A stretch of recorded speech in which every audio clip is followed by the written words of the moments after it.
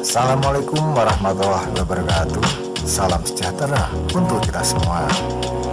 Selamat datang di channel kami, Hasata, Hasanah Semesta untuk semua. Sobat Hasata yang beriman, sejarawan Yuval Noah Harari dalam bukunya Homo Deus menuliskan bahwa wabah virus atau yang dia katakan sebagai armada bayangan menjadi musuh nomor 2 bagi kehidupan umat manusia setelah kemiskinan.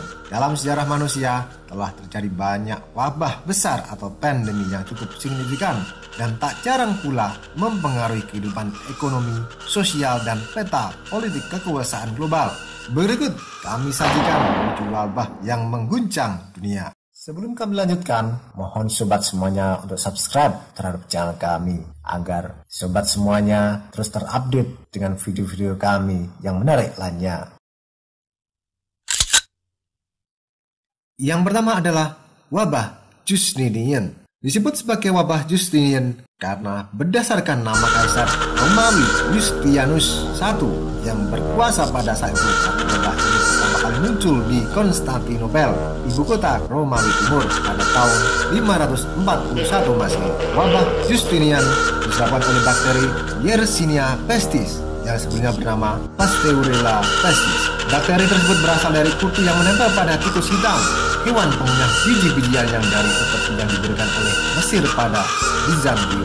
Gejalanya terlihat melalui kondisi yang menakutkan dengan tangan penderita yang mengalami nekrosis. Tangan yang jaringannya dirusak oleh bakteri terlihat menghitam dan darah yang mengalir ke organ tersebut mulai berkurang. Wabah Justinian menghancurkan Konstantinopel dan menyebar seperti api ke seluruh Eropa, Asia, Afrika Utara, dan Arab, menewaskan 30 hingga 50 juta orang, sekitar setengah dari populasi dunia pada saat itu. Efek wabah ini mengakibatkan kesulitan ekonomi secara besar-besaran dan mengubah arah kekaisaran, serta memadamkan rencana Kaisar Justinian untuk menyatukan kekaisaran Romawi.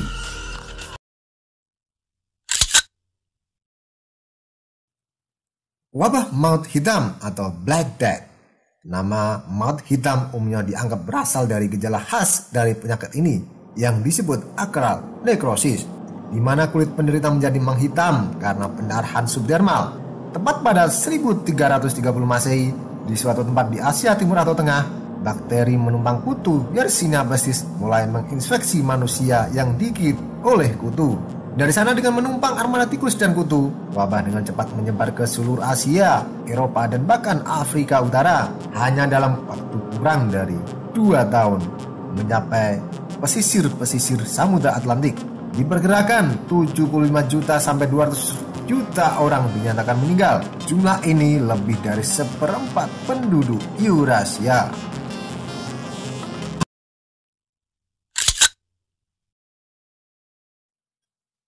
Yang ketiga, wabah cacar.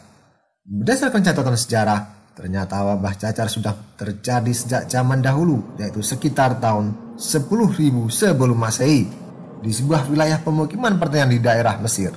Kemudian, penyakit tersebut dibawa oleh seorang saudagar Mesir ke India serta Persia, hingga wabah ini menyebar ke seluruh pelosok dunia, termasuk Indonesia. Kejadian ini yang membuat wabah cacar cepat tersebar di antara adalah perang salib di dataran Eropa, serta praktik perdagangan budak yang kebanyakan berasal dari Afrika, di mana cacar merupakan penyakit yang epidemik di sana. Orang-orang Eropa mengenalkan penyakit tersebut ketika pertama kali tiba di benua Amerika pada tahun 1492 dan menewaskan sekitar 30% dari mereka yang terinfeksi. Selama periode tersebut, cacar merenggut nyawa sekitar 20 juta orang atau hampir 10% dari populasi Amerika pada saat itu. Namun, pandemi ini justru membantu para orang Eropa untuk menjajah dan mengembangkan daerah-daerah baru yang dikosongkan.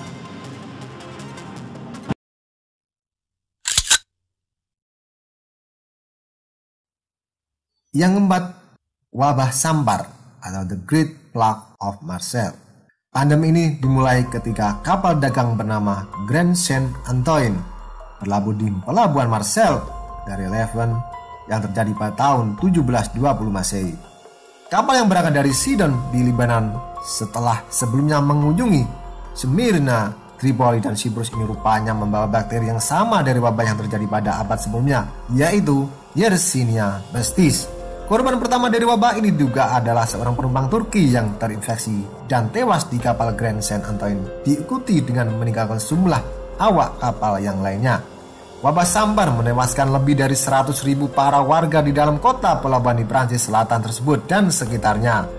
Dampak sosioekonomi cukup signifikan terutama terhadap kolonialisme yang sedang gencar dilakukan ke Afrika, Amerika Latin, dan Hindia Barat yang kini disebut sebagai Indonesia.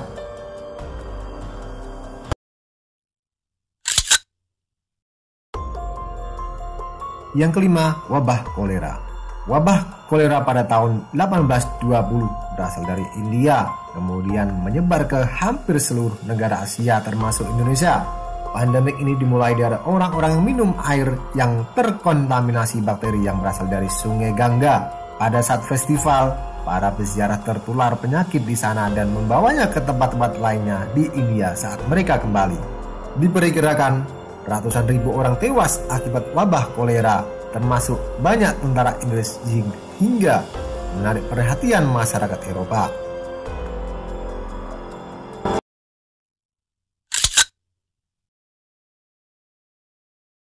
Wabah flu Spanyol. Penyebab wabah flu yang kerap disebut sebagai flu Spanyol adalah virus flu H1N1 yang telah mengalami mutasi genetikal sehingga jauh lebih berbahaya ketimbang virus flu biasa. Beberapa kasus yang pertama kali terdeteksi adalah tentara di Camp Funston di Fort Riley, Kansas tahun 1918. Flu Spanyol menginfeksi lebih dari 500 juta orang di seluruh dunia, serta menewaskan lebih dari 50 juta orang di antaranya.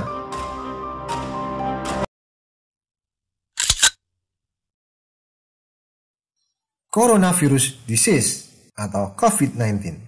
Seperti yang telah diketahui bersama, wabah corona diduga muncul pertama kali pada 17 November 2019 di Wuhan, Provinsi Hubei, Republik Rakyat Cina. Di segenap pelosok planet bumi termasuk Indonesia kini sedang merasakan betapa dahsyatnya dampak wabah penyakit menular terhadap masyarakat di dunia tersebut. Meski beberapa tahun lalu juga sempat muncul wabah MERS-CoV, SARS, dan Ebola, tapi tidak sehebat COVID-19. Negara adidaya, Amerika Serikat yang semula merasa kebal wabah corona terbukti kemudian kewalahan menghadapinya. Sampai pertengahan bulan April 2020 tercatat lebih dari 2 juta penduduk bumi terjangkiti dan lebih dari 130.000 orang diantaranya meninggal dunia.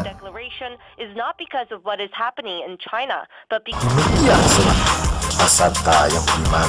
Terima kasih. Wassalamualaikum warahmatullahi wabarakatuh.